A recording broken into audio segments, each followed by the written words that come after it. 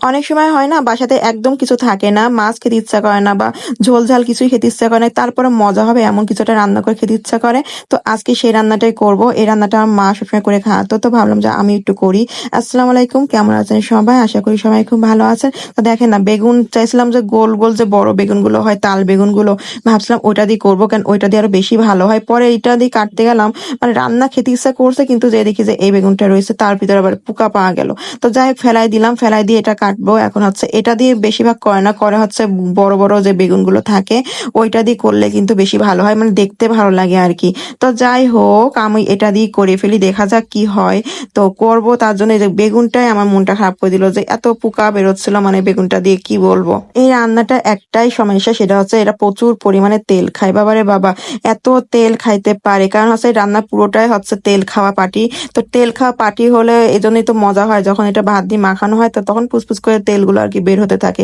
এর আগে ইজ্জত খেয়ে নেয়, যে মানুষ দেখলে ভাববে যে একটু মনে তেল দেয়নি তরকারিতে, কিন্তু না ভাই, তেল যতই দিই না কেন এই তেল একদমই চুষে নিয়ে নেয়। তো এখানে যেহেতু বেগুনটা একদমই চিকন চিকন, এজন্য আমি বড় আলু দিব না, বেগুনটার সাথে আলুটা যাতে দেখতে সুন্দর লাগে সেই মাপে আমি আলুগুলো কেটে নিলাম। কেন এই রান্নাটা কিন্তু বড় বড় বেগুন দিয়ে করতে হয়, আর আলুগুলো কিন্তু বেশ বড় বড় থাকলেই ভালো লাগে। তো এখানে আমি হচ্ছে ডালটাও নিলাম, একটু ডালটা এমন ভাবে নিতে হবে যাতে হচ্ছে চাবা চাবা থাকে, যেহেতু এতে পেঁয়াজ বা কাঁচা মরিচ এগুলো কিচ্ছু যাবে না, শুধু একটু হলুদ লবণ দিয়ে ডালটা হচ্ছে পেস্ট করে ব্যাস এখানে দিয়ে দিতে হবে একদমই হালকা জালে। এগুলো বেশি সিদ্ধ করা যাবে না, মানে ভাজা ভাজা করা যাবে না আর কি, কারণ এটা দিয়ে তো রান্নাটা হবে, তাই না? পুরো রেসিপিটা হবে এই বেগুন দিয়ে, বড়া দিয়ে, আলু দিয়ে, ডিম দিয়ে। তো এখানে আমি সব বড়াগুলো হালকা করে ভেজে নেবো, যাতে করে দেওয়ার পরে এর ভিতরে সুন্দর একটা নরম নরম ফুলা ফুলা ভাব চলে আসে।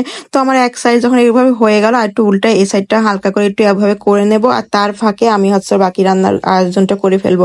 এই রান্নাটা যখন ঘরে কিছু থাকে না ওই টাইমে কিন্তু এই রান্নাটা করলে মনে হয় যেন অনেক কিছু রান্না করা হয়ে গেছে, মানে একদম জমজমাট লাগে। তো আমরা প্রায় এই রান্নাটা করে খেতাম, কিন্তু এটা সময়ের বিষয়, মানে সময় নিয়ে একটু রান্না করতে হয় বলে আমি এসব করা একদমই বাদ দিয়ে দিলাম। কিন্তু না, আজকে একটু করি, কেন যেন খেতে ইচ্ছা করলো, তো ভাবলাম যে এটা করি, যাক সময় যাইলে গেছে আর কি। তো এখানে একটু পেঁয়াজ আর একটু আদা রসুন আর একটু পেঁয়াজ নিয়ে পেস্ট করে দিয়ে দিলাম, আর এদিকে আমার বড়াটাও সুন্দর করে একটু হালকা ভাজা করা হয়ে গেল।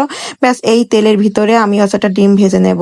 এই ডিমটা, দুইটা ডিম নিয়ে আমি এটা ফাটায় মানে 4 ভাগ করে নেব, ডিমটা যেহেতু মোটা হবে এই জন্য আর কি। তো ডিমটা ভাজতে বললাম না সবকিছু তেল খাওয়া পাটি, তো এই সবই তেলে মানে এতেই শেষ হয়ে গেল। তারপরে আবার রান্নাতে তো আসে, তারপরও মনে হবে যে তেলই দিছি না, বাবারে এত তেল লাগে তরকারিটা, মানে তেলে ভরপুর থাকতে হবে, মোট কথা আছে এইটা। কিন্তু বেশি একটা আমারটা ভালো হয়নি, কারণ হচ্ছে আমি অত ভালো পাই না। এতে নারকেলের দুধও কিন্তু দেওয়া যায়, নারকেলের দুধ দিলে কিন্তু আরো মজা হয়ে যায়, আবার একটু চিনিও দিতে হবে। সব মিলাই রান্নাটা খুবই মজার একটা রান্না। অনেকে হয়তো বা এই রান্নাটা এভাবে খায় না বা খেয়ে থাকেন, তো আপনারা কিভাবে রেসিপি করেন অবশ্যই বলেন। তো এখানে আমি এটা দিয়ে দিলাম, আর হচ্ছে এখন দিয়ে দেবো হালকা একটু পানি দিয়ে, একদম জাল কমায় দিব। আর নাড়ানাড়ি করবো না, কারণ হচ্ছে বেগুন তো মানে একদম গলে না, তো ভর্তা হয়ে যাবে, আর ভর্তা হয়ে গেলে রান্নাটা কোনো মজা নেই। আমার রান্নাঘরে আসলে তাড়াহুড়া বাঁধে, তার একটা মাত্র কারণ হচ্ছে আমার ছেলে, মানে সে বারবার শুধু রান্নাঘরে চলে আসে, তো ও আমারও অস্থির লেগে যায় কখন আমি রান্নাঘর থেকে বের হব, ছেলের কাছে যাব।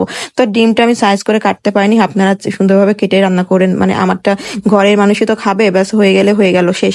তো এদিকে একটু ঝোলের পানি দিয়ে আমি এখন ঢাকনায় ঢেকে তারপর আস্তে আস্তে এই ডিমগুলো উপরে বসাই দেবো, দিয়ে হালকা জাল করে দেবো। দেখতে মনে হচ্ছে না কত তেল, মানে একদমই রান্নার পর দেখেন মানে তেলই বোঝা যায়, চুষে একদম খেয়ে ফেলছে সব বেগুন আলু ডিম বড়া। তো আমি সামান্য একটু চিনি দিয়ে এটা হালকা জালে দেবো একদম তেল উঠা ওঠা পর্যন্ত, কিন্তু তেল তো উঠে পড়ছে, কিন্তু দেখতে একদমই তেল লাগতেছে না, খাওয়ার পরে বোঝা যাবে। তো কেমন লাগলো অবশ্যই জানিস, ভালো থেকো, আল্লাহ হাফেজ।